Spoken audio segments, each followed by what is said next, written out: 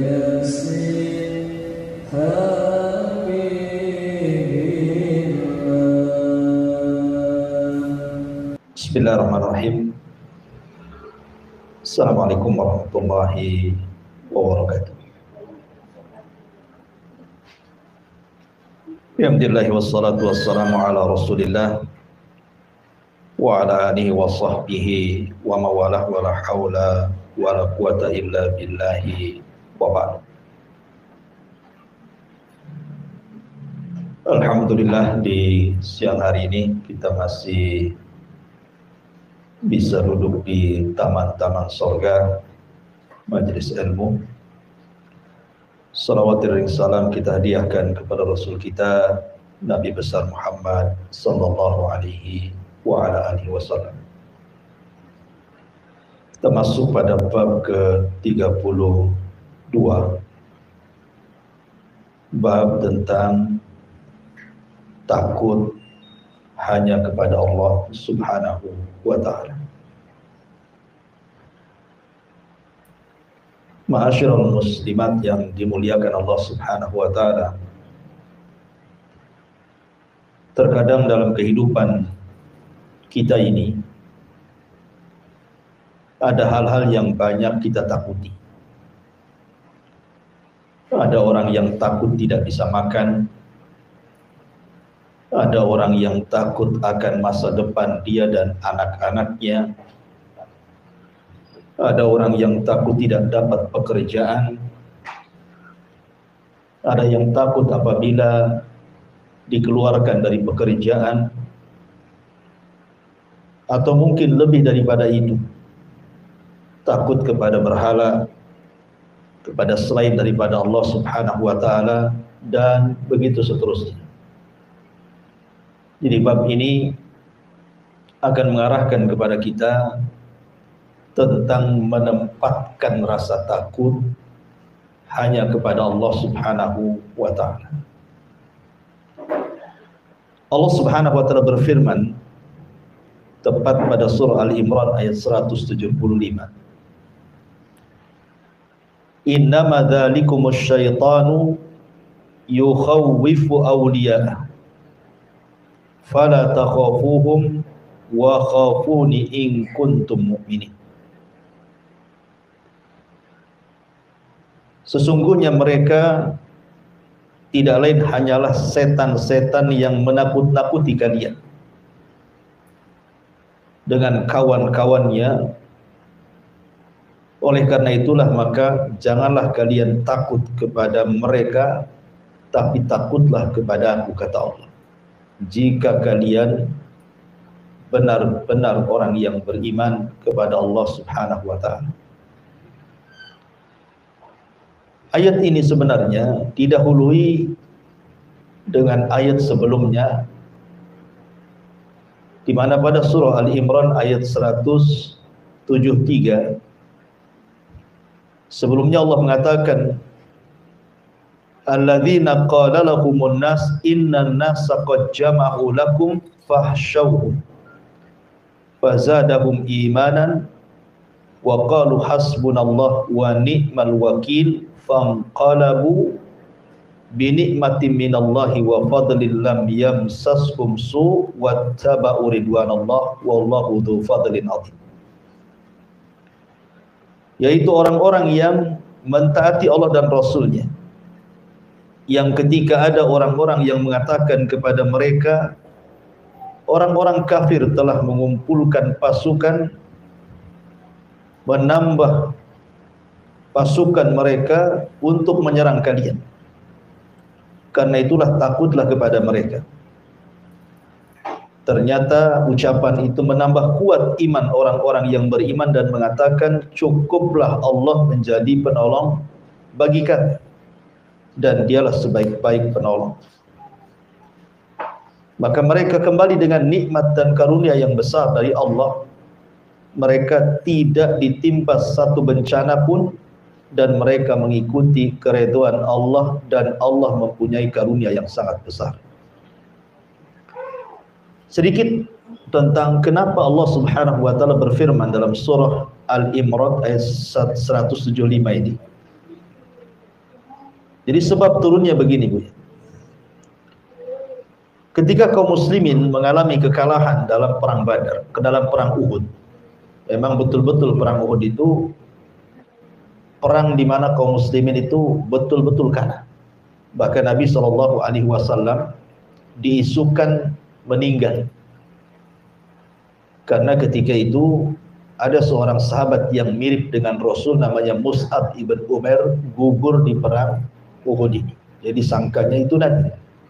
Sehingga tersebarlah isu kematian Rasulullah sallallahu alaihi wasallam di perang Uhud, padahal itu adalah kedustaan. Tetapi dengan tersebarnya isu kematian Rasul itu menciutkan sebagian hati para sahabat sehingga mereka mundur dan berakhir dengan mengalami kekalahan. Tetapi walaupun demikian Allah Subhanahu wa taala menyelamatkan nabinya dan tidak benar berita kematian. Dan begitulah Allah Subhanahu wa taala jadikan kehidupan ini terkadang kalah, terkadang menang. Wa tilkal ayyam nudawiluha bainan nas. Terkadang hari-hari itu diputarkan oleh Allah Subhanahu wa taala. Ketika kemudian kaum muslimin sudah kembali ke Madinah, tiba-tiba kemudian Abi Sufyan ketika itu bicara kepada Abdul Qais, dan Abdul Qais ini seorang pedagang yang selalu berangkat dari Mekah ke Madinah. Jadi Abi Sufyan mengatakan, dan Abi Sufyan itu tokohnya orang Quraisy ketika itu belum masuk Islam, dan dia yang memimpin perang Uhud. Kata Abi Sufyan, "Ndak kemana kau Abdul Qais?" Kata Abdul Qais mengatakan, "Kami dan beberapa teman kami akan pergi ke kota Madinah." Kemudian kata Abi Sufyan, "Maukah engkau menyampaikan berita dariku kepada Muhammad? Mau enggak? Nanti ku berikan engkau imbalan." Akhirnya kemudian Abdul Qais dan kawan-kawannya sepakat mau. Akhirnya berangkatlah 3 orang ini dari Mekah menuju kota Madinah. Nah, kemudian ketika Nabi SAW sampai di sebuah tempat namanya Hamra al-Asad, itu kepulangan dari Uhud, tiba-tiba kemudian utusan Abi Sufyan, Abdul Qais dan kawan-kawan ini menemui Rasul sebelum masuk Madinah, ketemu di Hamra al-Asad. Kemudian menceritakan pesan dari Abi Sufyan bahwa dia dan orang-orang musyrik Quraisy akan datang menyerbu dengan lebih banyak lagi pasukan dibandingkan di perang Uhud. Bahkan akan menghabisi Rasul dan seluruh para pengikutnya. Maka Nabi SAW kemudian mencontohkan di hadapan para sahabat bahwa ancaman seperti itu tidak perlu gentar, tidak perlu takut, karena kemenangan itu bukan karena banyak jumlah atau kekuatan, tapi kemenangan itu datang dari Allah. Sehingga Rasul mengatakan, hasbunallah wa ni'mal wakil. Cukuplah Allah sebagai pelindung kita, dan dia adalah sebaik-baik pelindung. Maka para sahabat ketika Rasul mengucapkan kalimat itu semakin teguh keimanan. Tapi rupanya apa yang dijanjikan Abi Sufyan bahwa mereka akan mempasukan besar tidak menjadi kenyataan. Hanya gertak saja. Bahkan pasukan yang dibawa tidak banyak, bahkan mereka yang kemudian lari tunggang langgang kembali ke Mekah. Dari sini Allah Subhanahu wa taala katakan, sesungguhnya mereka itu tidak lain hanyalah setan-setan yang menakut-nakuti kalian dengan kawan-kawannya dari orang-orang musyrik Quraisy.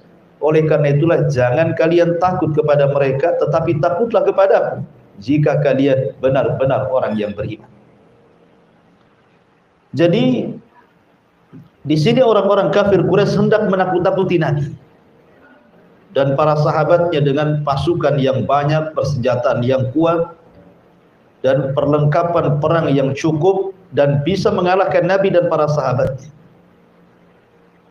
Tentu kalau ini didengar oleh orang-orang munafik ataupun orang-orang yang lemah imannya, Setelah mereka mengalami kekalahan, tentu mereka akan ciut nyalinya.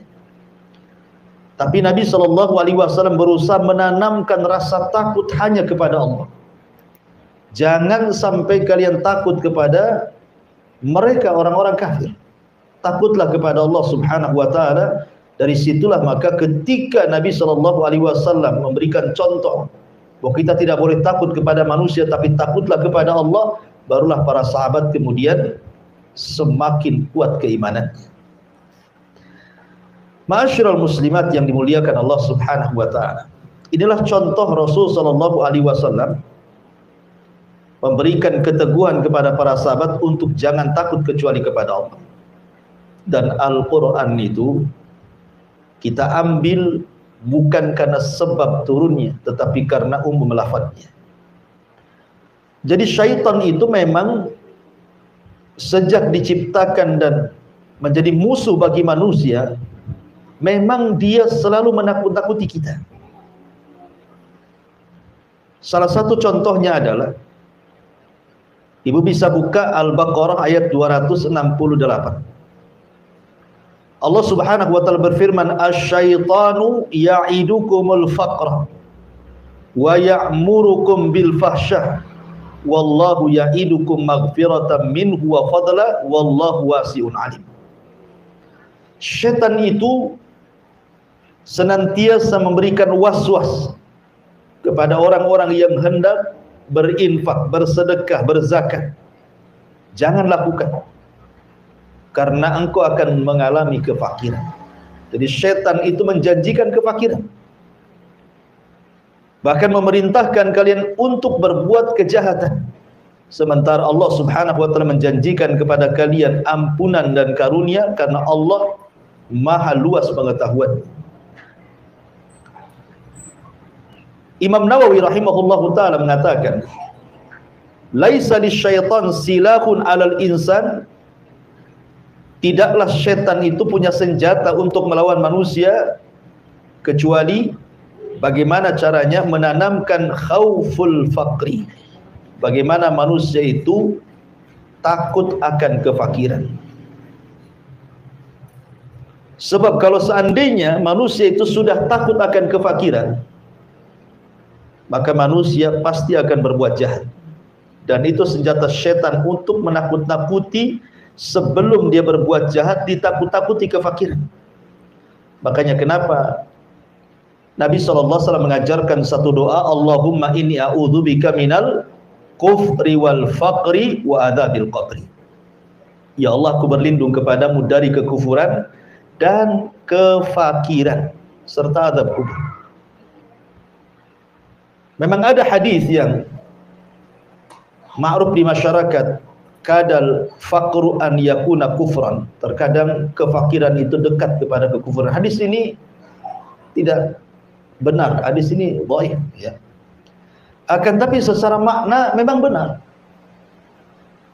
bahwa orang-orang fakir itu mudah meninggalkan kewajiban, bahkan bisa meninggalkan agamanya. Dulu kita dapat cerita kan, gara-gara sebungkus sepermi orang bisa murtad. Zaman dulu, ya. Kalau sekarang nggak mulai sebungkus bayar. Kalau sekarang pabriknya baru murtad, dikasih pabrik.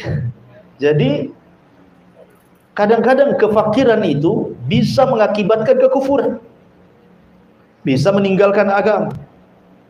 Bahkan terkadang dia bisa murka kepada Allah Subhanahu wa taala, menyalahkan Allah, seolah-olah ujian dari Allah itu bagikan azab bagi dia. Makanya Nabi mengajarkan satu doa agar kita berlindung dari kefakiran dan juga kekufuran. Nah, di antaranya adalah ketakutan manusia kepada kefakiran ini mengantarkan kepada mencari pekerjaan haram. Karena dipikirnya bahwa mencari yang halal itu sulit. Sementara dia harus makan, sementara keluarganya harus makan, anak-anaknya harus makan dan juga harus sekolah. Akhirnya dia tidak peduli dengan bagaimana cara mencari harta. Makanya kenapa Nabi SAW sudah bersabda 14 abad yang silam itu, sayati alaikum zaman, akan datang zamannya kata Rasul, la yubalil mar'u bima akhadal mal. Manusia sudah tidak akan peduli bagaimana cara mengambil harta, karena takutnya miskin. Sementara rasa takut ini adalah was-was yang dibentuk oleh syaitan untuk menakut-nakuti manusia, sehingga rasa takut yang dalam kepada kefakiran itu akhirnya mengantarkan mencari barang-barang atau pekerjaan-pekerjaan yang diharamkan Allah Subhanahu wa taala. Ataupun mungkin kefakiran ini juga bukan hanya sekedar mengantarkan kepada mencari hal-hal yang kemudian diharamkan dari pekerjaan, terkadang juga sampai kepada membatasi keturunan. Ingat, Nabi SAW mengatakan, tazawwajul walud wal wadud fa inni mukatsirun bikumul umam yaumal qiyamah. Kata Rasul, nikahilah wanita yang tukang beranak dan juga penyayang kepada suami. Kemudian Rasul mengatakan, karena saya akan berbangga dengan banyaknya umat pada hari kiamat. Tapi ada sebagian orang yang kemudian berpikir, kalau banyak anak ini, gimana cara ngasih makan? Gimana nyekolahkannya? Takut dia. Takut masa depannya. Pada Allah Subhanahu wa taala mengatakan, nahnu narzukukum wa iyyahum. Kami loh yang kasih rezeki kalian dan juga anak-anak kalian. Kenapa mesti pusing? Lah terkadang kemudian perasaan takut kepada selain Allah yang dihembuskan oleh syaitan, salah satunya kepada kefakiran, itu mengantarkan orang akhirnya membatasi keturunan. Padahal tujuan pernikahan itu adalah memperbanyak keturunan. Ya. Kemudian juga yang ketiga, terkadang juga banyak akhirnya kemudian anak-anak muda terhalang dari menikah. Alasannya belum ada pekerjaan, alasannya belum mapan, alasannya nanti saya kasih makan apa istri saya gitu. Padahal Allah Subhanahu wa taala jelas-jelas yang mengatakan bahwa iyakunu fuqara yughnihimullah. Kalau kalian fakir, nanti Allah kasih kekayaan. Dulu kita saja atau ibu-ibu dulu kan waktu menikah dengan suami ibu, awal-awal nikah kan banyak yang nggak punya rumah tuh. Tapi seiring dengan waktu, awalnya nyewa, akhirnya cari lahan, atau mungkin nyicil beli rumah, punya rumah. Yang nggak punya kasur sendiri beli kasur, punya kulkas, punya ini, punya itu, akhirnya lengkap satu rumah kan. Lah siapa yang kasih itu kalau bukan karena Allah Subhanahu wa taala? Dan itu sekali lagi bahwa itu adalah syaitan. Syaitan membisikkan di telinga anak-anak muda supaya menjauhi pernikahan, supaya tabatul, sehingga disuruh maksiat kepada Allah Azza wa Jalla. Karena kalau dia tidak menikah, dia tidak bisa melampiaskan nafsunya kepada yang dihalalkan, akhirnya melakukan hal-hal yang diharamkan Allah Azza wa Jalla. Dari sinilah kemudian Allah mengatakan, ya'idukumul faqra wa ya'murukum bil fahsya. Setan menjanjikan kefakiran, habis itu memerintahkan untuk berbuat kerusakan. Kemudian juga termasuk juga karena takut kefakiran, terkadang ada orang-orang tua yang punya anak gadis gitu ya. Ketika sudah waktunya menikah, terkadang dia pilih-pilih jodoh tuh anak. Kalau dia tidak beragama tuh, mesti doktrin orang tuanya kepada anak gadis tuh, nah kalau cari jodoh cari yang mapan. Kalau bisa PNS, ya. Kalau bisa yang paslon yang banyak kan itu ya. Jadi kadang-kadang seperti itu. Ya minimalnya pengusaha katanya. Minimal pengusaha itu, maksimalnya apa? Menteri ya. Jadi kadang-kadang orang-orang yang kemudian mendoktrin anak-anaknya itu justru soal urusan dunia. Padahal kita tahu bahwa kenikmatan berumah tangga itu bukan disebabkan karena kekayaan. Bukankah Rasul yang mengatakan ketika memilih kriteria itu, kata Rasul, fadfar bidzatid din taribat yada. Ambil yang baik agamanya. Ambil yang baik agamanya, karena anak gadis kita itu akan melahirkan cucu kita. Cucu kita akan melahirkan cicit kita. Dan itu aset bagi kita setelah kematian kita. Mereka yang mendoakan kita. Kalau orang-orang yang kaya belum tentu sayang dengan orang tuanya. Jangankan lagi meninggal setelah kematian kita. Masih hidup ketika sudah tua saja boro-boro gitu ya. Kenapa? Karena yang menggerakkan anak sayang kepada orang tua itu agama. Bahwa ketika dia birrul walidain itu sebuah pahala. Makanya gara-gara kemudian was-was syaitan, akhirnya banyak kemudian orang-orang yang justru menjodohkan anak-anaknya dengan dilihat barometer kekayaan bukan dari agama. Atau terkadang juga karena takut fakir, banyak kemudian wanita-wanita yang kemudian mengambil tempat pekerjaan laki-laki. Dulu kita belum pernah lihat ada pom bensin itu yang layan perempuan kan Bu, pom bensin yang laki-laki. Nah, sekarang yang di pom bensin itu banyak perempuan gitu, laki-lakinya terusir sedikit Bu. Yang saya khawatirkan nanti tukang bangunan pula perempuan semua, ya kan, repot itu nanti. Pemborongnya perempuan, tukangnya perempuan, helpernya perempuan. Nah laki-laki kerja apa? Suruh mancing, gitu kan. Jadi itu akibat apa? Karena takut fakir. Kemudian gaya hedonis dipertontonkan dengan sinetron-sinetron yang isinya di rumah-rumah megah, gedong, belum lagi artis kalau ngupload video itu, wah semua kekayaannya, mobilnya, istananya, semuanya. Akhirnya orang-orang miskin menghayal kapan sih kayak dia gitu. Sehingga kurang bersyukur. Padahal Nabi SAW mengatakan, "Umdzuru ila man huwa asfala minkum wa la tangdzuru ila man huwa fawqakum." Lihat ke bawah kalau urusan dunia, jangan lihat ke atas, pegel. Ya. Karena kalau banyak lihat ke atas itu syukurnya sedikit jadi. Kemudian dan itu akibatnya akhirnya banyak perempuan-perempuan yang kemudian tidak punya aturan cara mencari pekerjaan karena berpikir kehidupan dia macam mana, masa depan dia macam mana.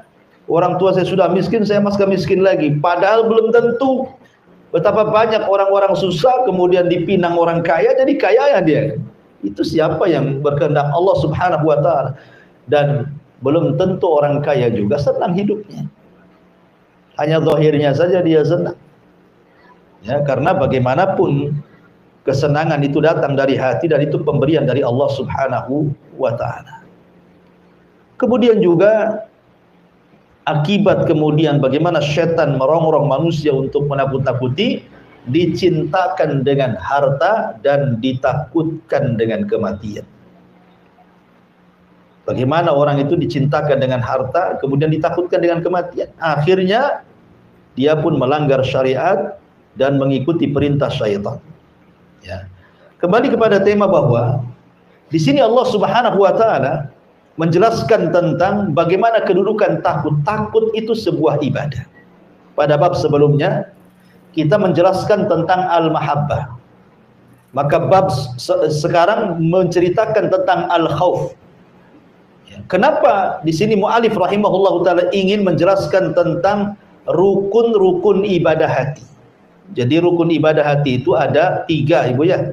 Pertama al-mahabbah, perasaan cinta, yang kedua al-khauf, perasaan takut, yang ketiga ar-raja, perasaan mengharap. Ibadah itu harus didasari dengan cinta, jangan terpaksa. Ibadah itu harus didasari dengan takut supaya terangsang terus untuk melakukan ibadah. Ibadah itu harus didasari dengan harapan. Dengan adanya harapan berarti makin kita ini semangat untuk beribadah karena di balik ibadah ada sorga, ada kenikmatan dan begitu seterusnya. Itu disebut arkan, rukun-rukun ibadah hati. Dan rukun-rukun ibadah hati lebih mulia dibandingkan ibadah zahir. Ibadah hati itu jauh lebih mulia dibandingkan ibadah yang nampak. Gerakan-gerakan, bacaan-bacaan itu. Kenapa? Karena yang merangsang gerakan ibadah, gerakan dan ibadah bacaan itu adalah hati. Salat itu kan gerakan. Tetapi yang paling penting itu khusyuknya. Khusyuk itu dalam hati. Karena percuma kalau hanya gerakan saja. Betapa banyak Allah menolak gerakan-gerakan salat yang tidak khusyuk, tidak tumakninah, asal bergerak saja. Karena inti ibadah itu dalam hati. Kalau hatinya baik, semua gerakannya baik. Kalau hatinya tidak baik, maka gerakannya pun tidak baik. Itu yang disabdakan Nabi SAW. Sedikit bicara takutnya. takut itu ada 4 macam. Takut itu ada 4 macam. Yang pertama, takut kepada Allah yang sudah saya jelaskan. Tidak boleh takut kecuali kepada Allah. Waliman khafa maqama rabbih jannatan. Bagi orang yang takut kepada Rabbnya, maka dia dapat 2 surga. Yang kedua namanya al-khaufu atau khaufus sir. Rasa takut yang terselubung dalam hati. Seperti takut kepada berhala, takut kepada sesembahan. Ya, itu syirik besar, tak boleh. Tidak boleh takut kepada sesembahan. Seperti takutnya orang-orang musyrik di zaman Nabi SAW, kalau mereka sampai meninggalkan sembahan mereka, maka akan ditimpa azab. Ya, sehingga lihat para nabi ketika menghadapi kaumnya, seperti contohnya umpamanya Nabi Allah Hud alaihi salatu wassalam. Dia mengatakan kepada kaumnya, faqiduni jami'an summa la yundur. Silahkan kalian bersepakat dengan berhala kalian, buat makar untukku, aku tunggu, jangan lama-lama, sekarang juga.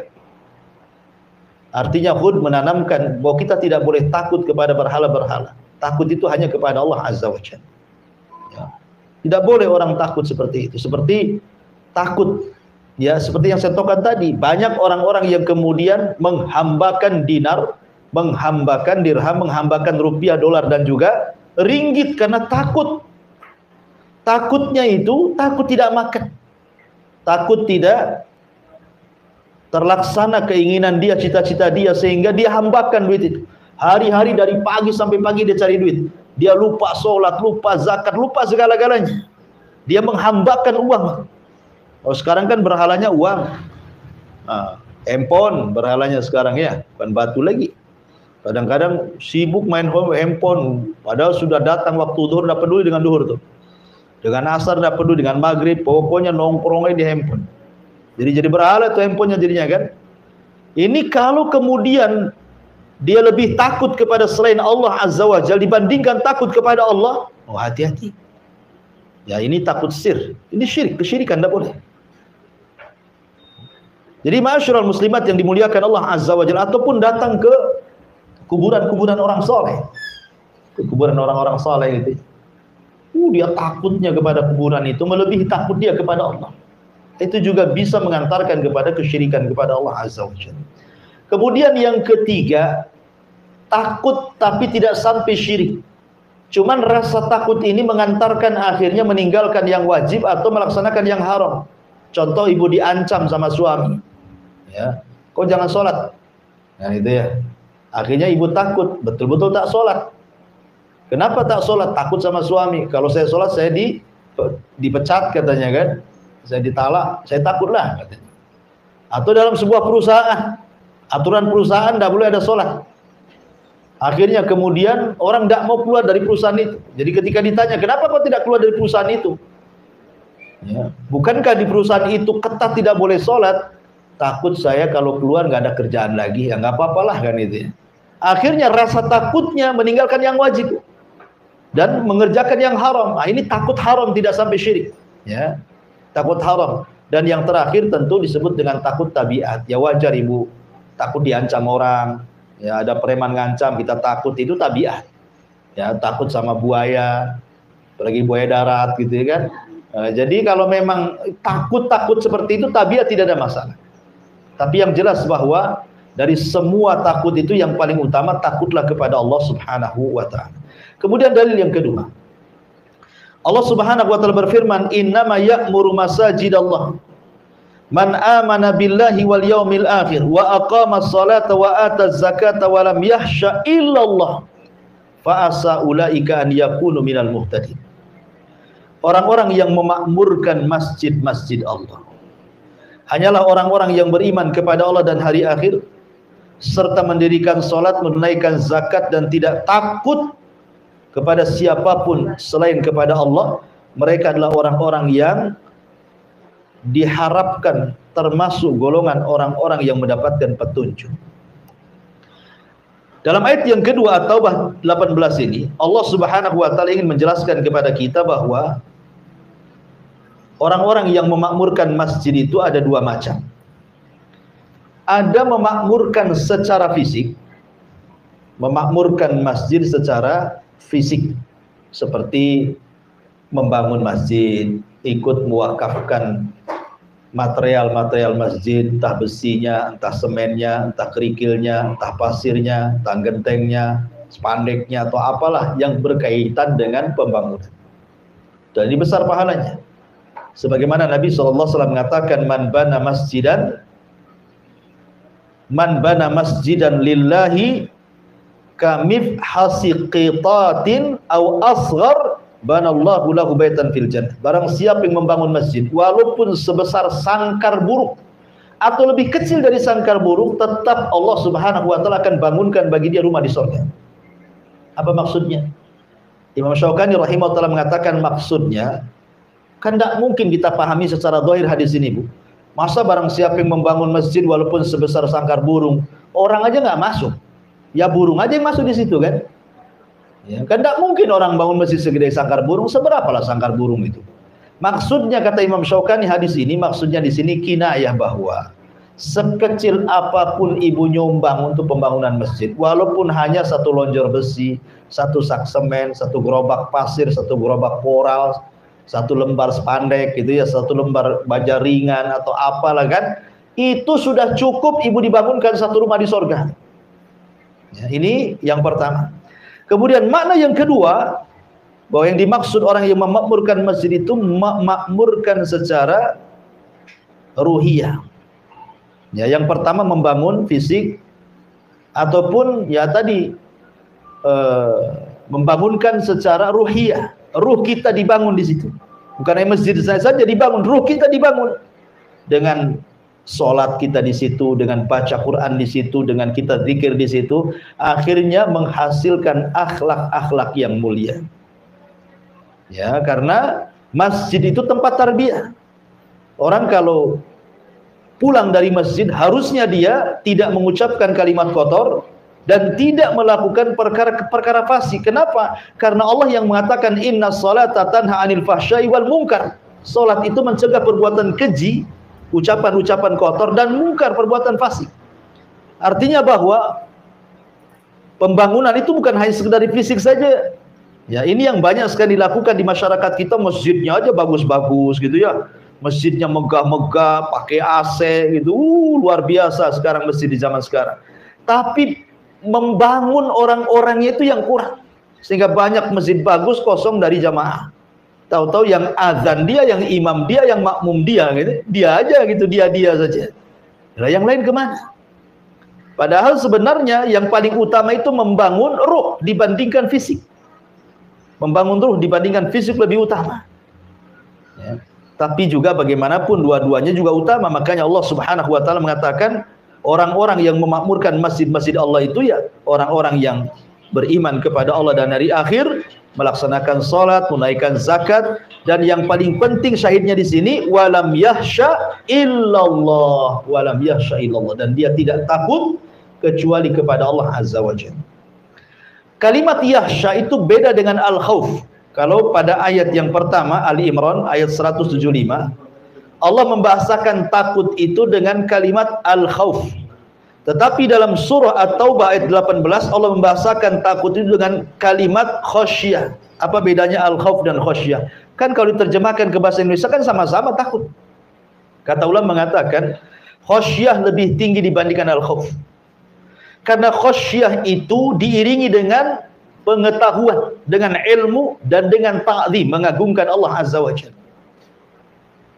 Di mana orang-orang itu kalau sudah sampai level khasyah, betul-betul dia takut karena diiringi dengan pengetahuan. Maknanya dia tahu apa yang ditakutkan. Makanya kenapa ketika Allah mensifatkan para ulama, Allah mengatakan innama yakhsyallah min ibadihil ulama. Orang-orang yang takut kepada Allah itu mereka para ulama, para penuntut ilmu yang punya pengetahuan. Kenapa? Karena hanya mereka yang tahu apa yang ditakutkan. Ya, manusia kan dua, ada yang takut tapi tidak tahu apa yang ditakutkan. Ada yang takut memang dia tahu apa yang ditakutkan. Jadi ulama itu tahu. Kenapa mereka takut? Karena tahu yang ditakutkan. Selain ulama itu ya nggak takut wajar, karena nggak tahu apa yang ditakutkan gitu ya. Makanya khosyah itu lebih tinggi dibandingkan khauf. Dan orang-orang yang masuk ke masjid harusnya bukan hanya sekedar al-khauf, tetapi juga mendapatkan predikat khosyah. Jadi ketika masuk masjid itu dia tahu apa yang ditakutkan dalam masjid itu. Kenapa dia sholat? Karena takut akan neraka, takut akan adab, takut disiksa dan begitu seterusnya. Ya, jadi khosyah itu lebih tinggi dibandingkan al-khauf. Kemudian Allah mengatakan fa asa ulaika an yakunu minal muhtadin. Kemudian di dalam ayat yang lain Allah mengatakan, disebutkan dalam surah Al-Ankabut ayat 10,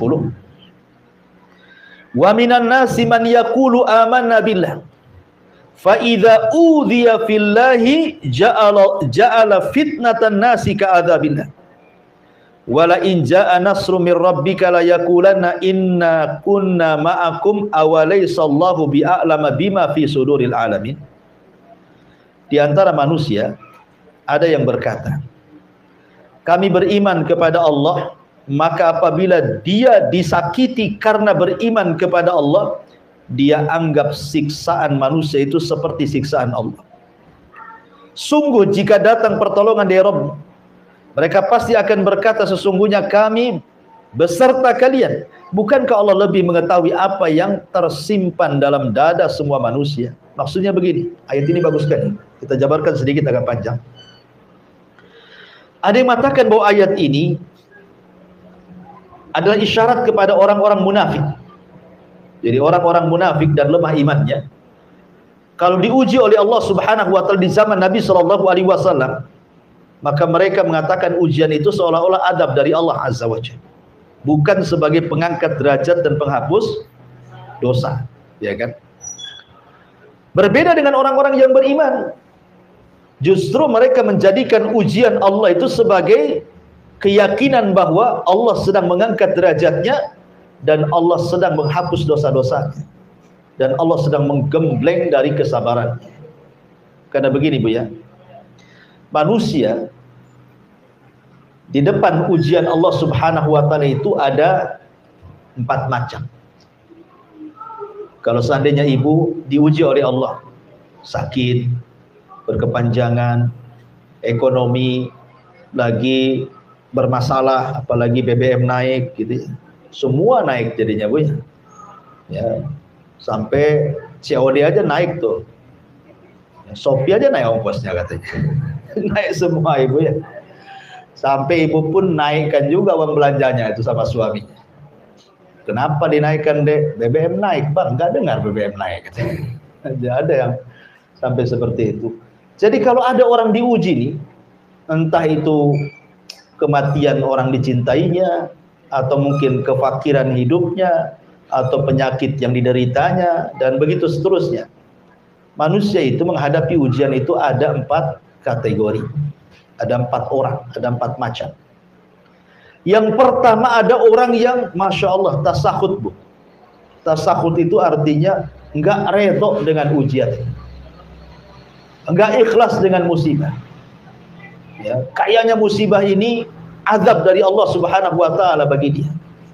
Bahkan lebih parah lagi, bukan hanya hatinya saja tidak ikhlas, tidak redha Bu, lisannya pun kadang-kadang ikut menunjukkan ketidakredhoan. Lisannya itu ngomong, kenapa mesti aku terus? Kenapa enggak tetangga sebelah saja katanya. Gitu ya. Kenapa aku sakit terus? Itu kapan sembuhnya? Salah apa saya ini ya Allah? Nah, jadi kan ada orang yang nampak dari lisannya. Kenapa si anak saya saja nggak naik kelas? Kenapa anak si fulan nggak naik terus? Ya karena bodoh mungkin anaknya. Jadi ada yang kemudian itu menjadikan ujian itu betul-betul tasahud, dia nggak redho, dia marah-marah dia. Nah, ini orang yang kunut min rahmatillah. Orang-orang yang putus asa dari rahmat Allah, ini bahaya. Inilah yang difirmankan dalam Al-Quran yang kita baca. Fa idza udhiya fillah ja'alallah fitnatan nas ka'adzabillah. Apabila disakiti karena beriman kepada Allah, dia menganggap siksaan manusia itu seperti siksaan Allah. Ya Rabb, saya kan sudah sholat, ya, Kok saya masih susah juga? Ya Allah, saya sudah sholat, kenapa tetangga itu nyelekit kali ngomongnya? Ya Allah, saya sudah sholat, kenapa kok begini? Kadang-kadang orang kemudian menganggap bahwa kalau Allah sedang menguji, dia merasa sudah beriman, ternyata ujian itu dianggapnya seperti azab Allah. Ini bahaya. Ini yang pertama. Yang kedua, ada orang itu zahirnya pura-pura kuat dalam ujian, disabar-sabari. Ya, pokoknya suaminya meninggal, sabar. Ekonominya gulung tikar, sabar. Ya, disabar-sabari. Ada orang yang menyabar-nyabari diri, Bu. Tapi jangan disenggol. Kalau disenggol keluar semua keluhannya. Nah, ada orang kayak gitu, Bu. Nampaknya sabar, sabar, sekali Ibu tegur. Cemana jualannya? Aduh, payah katanya. Udah sebulan ini begini-begini, begono-begono. Itulah. Ada orang yang nampak menyabar-nyabarkan diri, tapi kalau disenggol keluar semua. Nah, ini kelompok yang kedua, tapi agak rendah daripada kelompok pertama. Ada kelompok yang ketiga, ini beda lagi. Dia betul-betul ikhlas. Betul-betul ikhlas, redha, betul ya. Disenggol nggak disenggol ya memang dia ikhlas, sabar betul orang ini. Memang sudah dicatat di Lauhil Mahfuz, saya ini harus dapat ujian hari ini. Memang sudah dicatat, memang orang yang saya cintai harus meninggal hari ini. Pokoknya betul-betul sabar. Ah, ini yang luar biasa. Dan yang lebih luar biasa lagi adalah yang nomor keempat. Sudah sabar, sudah ikhlas, sudah redha, lisannya juga justru mengucapkan alhamdulillah. Setelah dia mengucapkan innalillahi wa inna ilaihi rajiun, dia mengucapkan alhamdulillah. Karena jarang sedikit atau sedikit sekali orang yang ditimpa musibah mengucapkan alhamdulillah. Saya contohkan sebuah kisah namanya Urwah ibn Mas'ud, Urwah ibn Zubair rahimahullahu ta'ala. Jadi Urwah ini, Bu, dikasih penyakit kakinya. Salah satu kakinya harus diamputasi. Akhirnya kemudian dikatakan kepada Urwah, ya Urwah, engkau harus minum khamr. Kakimu akan diamputasi dan kau akan merasakan sakit. Kata Urwah, tidak. Aku tidak akan minum yang diharamkan Allah. Kalau engkau ingin putuskan kakiku, tunggu aku ambil wudu, kemudian aku sholat 2 rakaat, saat sholat kau potong kakiku, katanya. Subhanallah. Jadi dia mengambil momen khusyuk itu sebagai obat bius bagi dia. Itu ulama dulu, Bu. Khusyuk itu bisa jadi obat bius, sehingga ketika dipotong, sudah terpotong, disangka belum dipotong. Lah di waktu yang sama ketika kemudian kakinya terpotong satu, artinya sudah pincang dan punya kaki satu, ada kabar pula salah satu putra daripada Urwah ini meninggal dunia. Bayangkan, berturut-turut musibahnya. Pertama kakinya hilang, yang kedua anaknya hilang. Tapi Urwah mengatakan alhamdulillah ala kulli hal. Segala puja dan puji bagi Allah. Segala sesuatu ada kebaikannya. Sehingga orang-orang heran dan mengatakan, ya Urwah, kok bisa kamu mengucapkan alhamdulillah? Kata Urwah, ya. Tidakkah kau lihat anggota badan diriku? Aku masih punya 2 tangan dan aku masih punya 1 kaki. Aku tak bersyukur kepada yang ada.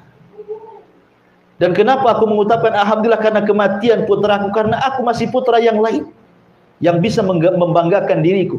Jadi orang yang keempat ini tetap dia mensyukuri nikmat yang tersisa pada badannya, tidak terus fokus pada musibah yang menimpanya. Oh, ini kan luar biasa, Bu. Yang keempat ini tingkatan menghadapi musibah yang luar biasa yang keempat.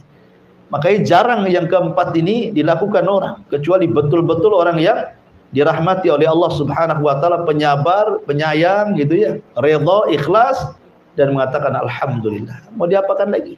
Ya kan? Lah ma'asyiral muslimat yang dimuliakan Allah Azza wa Jalla, ayat ini memberikan pelajaran kepada kita bahwa jangan pernah seseorang itu menyandarkan hidup kepada manusia. Sebab kalau seandainya manusia menyakiti kita, maka kita anggap mereka menyakiti seolah-olah adab dari Allah Subhanahu wa taala. Makanya nanti hadis setelahnya Nabi SAW mengatakan, manil tamas ridallah bi sakhatin nas radhiyallahu anhu wa arda, anhun nas wa man iltamasa ridwan nas bi sakhatillah sakhitallah alaihi wa askhata alaihi nas. Barang siapa yang mencari keridhaan Allah walaupun membuat orang marah, maka Allah akan redha kepadanya. Dan barang siapa yang mencari keridhaan manusia dengan perkara yang bisa mendatangkan kemarahan Allah, maka Allah akan marah kepadanya dan membuat orang-orang jadi marah kepadanya. Jadi memuliakan diri sendiri, jangan pernah menyandarkan kepada orang lain.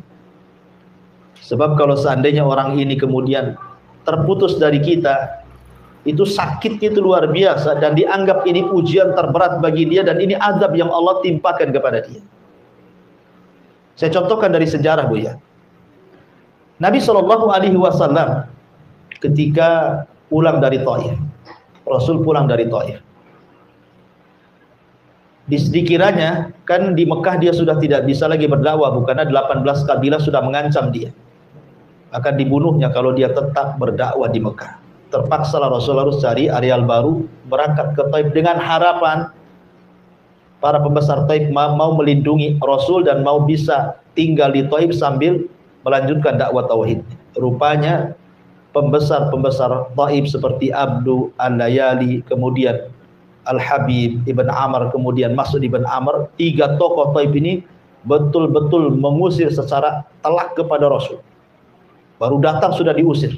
Tidak cukup diusir, dilempari batu. Tidak cukup dilempari batu, anak-anak sudah 6 duri. Tidak cukup itu, dicaci maki oleh wanita-wanita Thaif.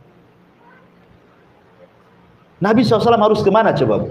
Ke Mekah tidak bisa masuk karena diancam dibunuh. Mau masuk Thaif lagi tidak bisa karena dilempari batu. Tetapi tidak pernah keluar dari lisan Nabi SAW sebuah kata-kata bahwa ujian ini merupakan azab dari Allah.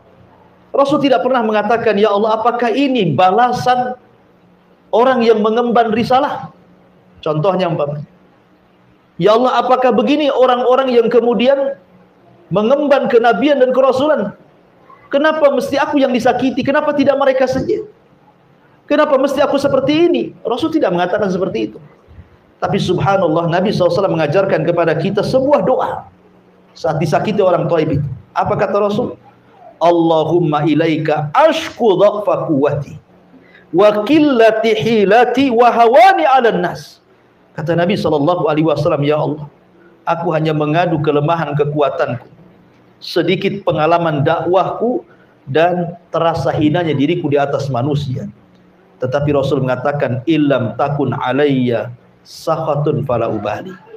Kalau memang illam takun alaika, kalau memang engkau tidak murka kepadaku, kalau memang peristiwa seperti ini bukan kemurkaanmu kepadaku, kalau memang mereka melempari batu kepadaku, mencaci maki aku, ini bukan bentuk kemurkaanmu kepadaku, kata Rasul, fala ubali, aku nggak peduli. Ya. Mereka mau ngomong apa, mau melempari batu, mau menyakiti saya, terserah. Asal ini bukan bentuk kemarahanmu kepadaku. Lihat, bisa nggak kita ngomong begini saat kena musibah? Umpamanya ibu kena sakit gitu, ya Allah, selama sakit ini, umpamanya persis seperti ucapan Nabi SAW, ya, ini bukan bagian azabmu untukku, saya nggak peduli. Ya, boleh jadi ini adalah engkau hendak mengangkat derajatku dan menghilangkan dosa-dosaku. Ah, kan enak, Bu. Kalau ibu ngomong gitu, tenang tuh hidup tuh. Umpamanya ini gulung tikar usahanya, dia ngomong, ya Allah, selama gulung tikar ini, kebangkrutan ini bukan azab dari kepada kamu, bukan karena engkau murka kepada aku nggak peduli. Mau gulung tikar, mau bangkrut, nggak peduli. Ya. Yang penting afiataka, karuniamu, maafmu lebih luas kau berikan kepadaku. Itu yang dikatakan Nabi SAW, ghairu anna afiyataka hiya awsa'ali, akan tetapi maafmu kepadaku lebih luas dibandingkan murkamu kepadaku. Kalau orang ngomong begini saat kena musibah, Bu, tenang satu dunia, Bu. Nggak ada orang yang menjerit-jerit, apalagi sampai curhat kemudian di FB, itu nggak ada. Ya kan? BBM naik, udah curhatnya macam-macam tuh, dari A sampai Z, setiap hari statusnya itu aja. Ya, kalau dia mengatakan seperti itu kan enak, Bu, ya kan? Tenang, tidak sedih, tidak khawatir, tidak takut. Itu yang diajarkan Nabi SAW. Tapi betapa banyak sering saya katakan kan, apabila anaknya sakit, dia mengeluh dan mengatakan, "Ya Rabb, kenapa anak saya yang sakit?" Apabila ditimpa musibah, dia mengatakan, "Ya Rabb, asih aku aja kena musibah, kenapa si anu tidak?" Nah, ketika kemudian gulung tikarnya, "Ya Rob, kenapa mesti usahaku yang gulung tikar? Kenapa si anu-anu itu kok bagus sekali usahanya? Apa salahku?" Kan ada orang-orang kayak gitu ya. Ini sama dengan firman Allah, "Fa idza udhiya fillah ja'ala fitnatan nas ka'adzabillah." Apabila diuji gitu ya, maka dia menjadikan ujian itu seolah-olah azab dari Allah Subhanahu wa taala. Tidak, terkadang Allah Subhanahu wa taala menghendaki seperti itu supaya ada kebaikan yang kita tidak tahu hikmahnya. Makanya Allah mengatakan, wa asa an taqru syai'an wa huwa khairul lakum. Boleh jadi sesuatu yang kita benci itu ada kebaikan di situ. Mana tahu gitu kan, itu rahasia Allah. Betapa banyak orang-orang yang keluar dari perusahaan ya, karena mungkin di PHK. Rupanya Allah mempersiapkan usaha yang jauh lebih berkah, lebih banyak, lebih bagus lagi dibandingkan ketika dia kerja di situ. Betapa banyak itu sudah banyak kok dilakukan orang-orang. Ya, jadi kenapa mesti takut? Takut dengan rezeki, takut dengan kebahagiaan semua milik Allah. Tinggal minta kepada Allah yang Maha Kaya, ya kan? Ma'asyiral muslimat yang dimuliakan Allah Azza wa Jalla, makanya pentingnya seseorang itu membangun kebahagiaan dari diri sendiri. Jangan pedulikan ucapan orang. Gara-gara ucapan orang, kadang-kadang orang akhirnya ciut, tidak mau keluar rumah. Ya, ada juga yang kemudian bunuh diri gara-gara ucapan orang itu. Ngapain dipedulikan ucapan orang? Jangan jadikan ucapan orang itu adab dari Allah. Biarkan mereka bicara, nggak usah dipedulikan, gitu maksudnya ya. Maka jangan sampai ujian itu dijadikan fitnah yang seolah-olah adab dari Allah Subhanahu wa taala. Kemudian mu'alif rahimahullahu taala mulai masuk pada hadis Nabi SAW. Dalam hadis yang marfu dari Abu Sa'id Al-Khudri radhiyallahu anhu, "Inna min dha'fil yakin an turdiyan nas bi saqatillah wa an tahmadahum ala rizqillah wa an tadhummahum ala ma lam yu'tikallah. Inna rizqallah la yajurruhu hirsu harisin wa la yarudduhu karahiyatu karihin." Hadis ini secara sanad dhaif jiddan. Hadisnya sangat lemah sekali, tidak bisa dijadikan hujjah. Akan tetapi boleh jadi mungkin ini dikatakan mauquf kepada perkataan Abdullah ibn Mas'ud radhiyallahu anhu, yang kurang lebih semana dengan perkataan ini. Sesungguhnya di antara bentuk lemahnya iman adalah mencari keridhaan manusia dengan melakukan perkara yang bisa mendatangkan kemurkaan Allah. Memuji orang lantaran rizki Allah yang diberikan lewat mereka, dan mencela orang lantaran rizki Allah yang tidak diberikan lewat mereka. Sesungguhnya datangnya rizki Allah tidak dapat dipercepat dengan semangat seseorang yang mengelola untuk mendapatkannya. Begitu juga tidak dapat ditinggalkan oleh kebencian seseorang yang membencinya. Subhanallah, ini banyak terjadi di masyarakat ya, bahwa terkadang manusia itu ingin mencari keridhaan manusia, tetapi dengan cara yang membuat Allah murka. Ya, banyak orang yang kemudian mencari ridha manusia, tidak peduli Allah murka atau tidak murka. Itu banyak sekali di masyarakat. Ya, umpamanya orang bekerja di perusahaan, yang penting dia nggak dipecat, nggak apa-apalah, dilarang sholat pun nggak apa salah katanya. Yang penting saya bisa kerja, bisa digaji di sini. Kadang-kadang seperti itu. Atau masuk kerja dengan cara nyogok, dengan cara rasuah gitu ya, kecuali ngambil hak ya. Dengan cara rasuah nggak peduli. Jadi jangan kemudian mencari redha orang dengan kemurkaan Allah Subhanahu wa taala, atau mungkin sebaliknya. Karena namanya manusia itu tidak semua suka dengan kita, tidak semua benci dengan kita. Makanya hati para ulama, hati orang-orang mulia itu adalah hati yang tidak berubah. Kalau ibu ini orang berakal, orang mulia, jangan pernah merubah hati gara-gara celaan, dan juga jangan pernah merubah hati gara-gara pujian. Bagi ibu, pujian dan celaan sama saja. Jangan kalau ibu dipuji langsung ibu masuk kamar kemudian bercermin. Gitu ya. Jadikan ibu cerminnya. Karena hati orang-orang yang mulia itu tidak berubah. Mau dicela sama saja, mau dipuji pun sama saja. Jangan pula kalau dicela hidungnya kecil, kalau dipuji hidungnya membengkak begitu Bu ya. Bukan begitu, ya. Supaya kita ini tidak ciut kalau ada orang yang tidak suka dengan kita. Karena orang berbuat baik saja, tidak semua orang suka dengan kita, apalagi berbuat jahat. Ya, maka dari sini jangan mencari redha manusia di atas kemurkaan Allah Subhanahu wa ta'ala. Karena bagaimanapun kemuliaan itu datang dari Allah. Siapa yang Allah muliakan, tidak ada makhluk yang bisa menghinakan. Siapa yang Allah hinakan, tidak ada makhluk yang bisa mengangkat derajatnya. Dan mengangkat derajat itu bukan karena harta. Kalau memang itu, kenapa pula Qarun difirmankan fakhasafna bihi wa bidarihil ardh. Kami tenggelamkan Qarun berserta seluruh harta-hartanya. Ya. Kalau memang kemuliaan itu ada pangkat dan jabatan, bagaimana pula kemudian Fir'aun ditenggelamkan? Fa'aghraqnahum. Kami tenggelamkan Fir'aun. Kalau memang kemuliaan itu datang dari kesehatan dan anak-anak yang banyak, kenapa Walid ibn Mughirah difirmankan sa'uslihi saqar, saya akan masukkan kau ke neraka saqar? Kalau memang kemuliaan itu ada pada kesombongan, kekuasaan, kenapa Namrud dibunuh oleh seekor nyamuk yang masuk ke hidungnya, bersarang di otaknya 40 tahun kemudian meninggal? Ya. Semua diadab oleh Allah. Jadi kemuliaan itu milik Allah Subhanahu wa ta'ala. Kalau ingin cari kemuliaan, minta kepada Allah. Jangan minta kepada manusia. Jangan pula minta penilaian manusia. Tidak perlu dinilai manusia. Yang penting kita dapat nilai dari Allah Subhanahu wa ta'ala. Kemudian dari hadis yang terakhir, Aisyah radhiyallahu anha menuturkan bahwa Nabi SAW bersabda, "Manil tamassaridallah bisakhatin nas, radhiyallahu anhu wa ardahun nas wa arda anhun nas." Barang siapa yang mencari keridhaan Allah walaupun membuat orang marah, maka Allah akan redha kepadanya dan membuat orang-orang jadi redha kepadanya. Tapi sebaliknya, waman iltamasa ridwan nas bisaqatillah sakhitallahu alaihi wa ashata alaihin nas. Barang siapa yang mencari keridhaan manusia di tengah-tengah kemurkaan Allah, maka Allah murka kepadanya dan Allah akan buat manusia murka kepadanya.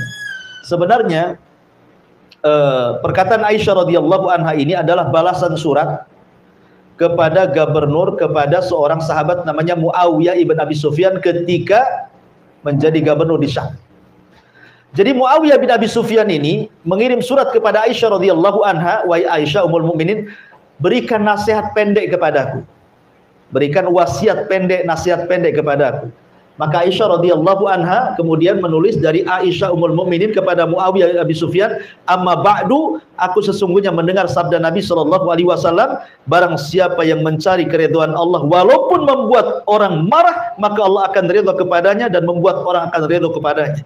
Dan barang siapa yang mencari keridhaan manusia dengan perkara yang mendatangkan kemarahan Allah, maka Allah akan murka kepadanya dan Allah akan jadikan manusia juga murka kepadanya." Jadi ini isi surat kepada Muawiyah dari Aisyah radhiyallahu anha ummul mukminin. Dan dari sini ada pelajaran bahwa sekali lagi jangan pernah takut kecuali kepada Allah. Katakan ibu yang benar walaupun manusia marah. Selama perkataan ibu ini hak, ibu mengajak dakwah kepada tauhid keluarga, walaupun satu keluarga benci sama ibu, tidak ada masalah. Ya, umpamanya ibu ada keluarga yang masih awam terhadap tauhid, masih syirik, masih datang ke dukun, masih percaya tangkal, masih percaya dengan nenek moyang, ibu dakwai mereka. Nggak boleh ini syirik, nggak boleh ini berselisih kepada sunnah. Akhirnya ibu dibenci sama keluarga, nggak apa-apa. Yang penting ibu dapat keridhaan Allah Azza wa Jalla. Daripada ibu diamkan, yang penting keluarga dekat dengan ibu tapi keluarga syirik dibiarkan. Janganlah nanti kalau saya kasih tahu nanti pula saya pula nanti jauh dari keluarga. Itu namanya mencari keridhaan manusia di atas kemurkaan Allah tuh. Ya, sampaikan yang benar, qulil haq walau kana murra. Sampaikan kebenaran walaupun itu pahit rasanya.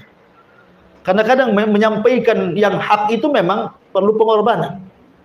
Ya, perlu pengorbanan. Ya, terkadang konsekuensinya tadi akhirnya dijauhi orang, akhirnya dibilang macam-macam. Nabi loh dibilang gila, penyair, tukang tenun, penyihir.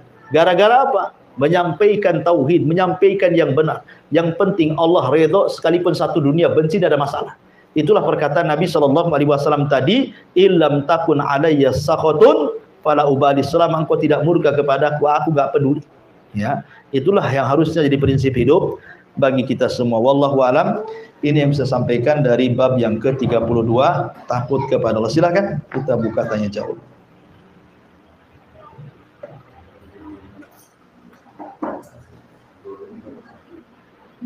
Menit lagi.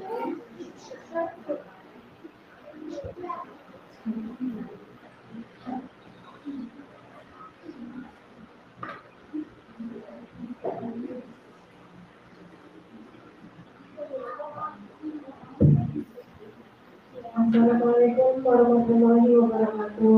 Ya, waalaikumsalam warahmatullahi wabarakatuh. Ustaz, Ana mau tanya, kalau kita nggak bisa mengatakan itu azab dari Allah, salahkah kita mengatakan meski ini teguran dari Allah gitu, atau pada Allah gitu? Oh, kalau ibu disakiti orang, kemudian ibu ngomong, nah ini bukan, Pak. apa? Kemarin kan Ana jatuh, gitu. Kecelakaan ya. Nah, terus Ana bilang, ini mungkin teguran dari Allah gitu. Terus udah, karena kawan-kawan punya kok bisa jatuh. Ana sendiri nggak tahu kenapa bisa jatuh, tapi Ana udah gimana ya, rasanya itu udah balik kayak gitu. Pas berdiri, motor Ana nggak apa, tapi kaki sampai begini gitu. Tiba-tiba jatuh. Terus Ana menjawab, pada Allah aja lah gitu. Ya nggak apa-apa, memang benar. Karena ada hadisnya yang mengatakan, ihris ala ma yanfa'uka wasta'in billah. Ihris ala ma yanfa'uk. Carilah apa yang bermanfaat bagi hidup. Mintalah pertolongan kepada Allah. Dan jangan katakan, kata Rasulullah, wala taqul law fa'altu kadza lakana kadza wa kadza. Kata Rasul, jangan katakan kalau saya tidak melakukan, kalau saya melakukan ini, kalau seandainya saya tidak melakukan ini, tentu akan terjadi ini dan itu. Tidak akan terjadi ini dan itu. Kalau saya tidak melakukan ini dan itu, saya tidak mungkin terjadi ini dan itu. Seperti kalau saya tidak jalan ke sana, mungkin saya tidak jatuh. Kalau saya tidak jalan ke sini, mungkin saya tidak selamat. Itu tidak boleh.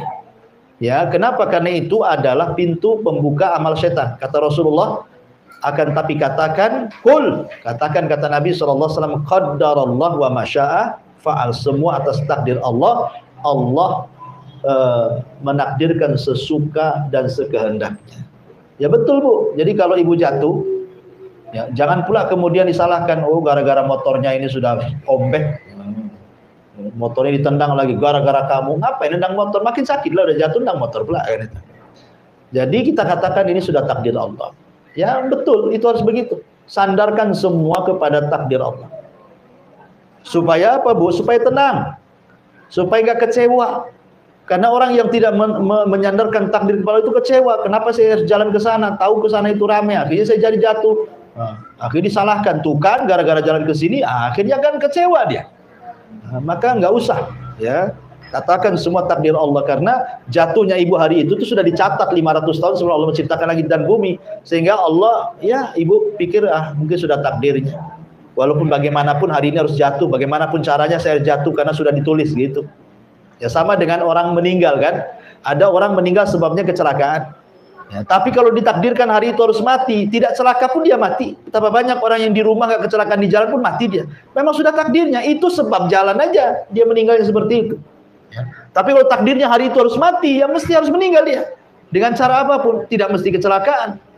Ya, karena memang semua sudah ditakdirkan Allah Azza wa Jalla. Sudah betul kata-kata ibu. Katakan kalau ada musibah itu qaddarallahu wa masya'a fa'al. Wallahu a'lam.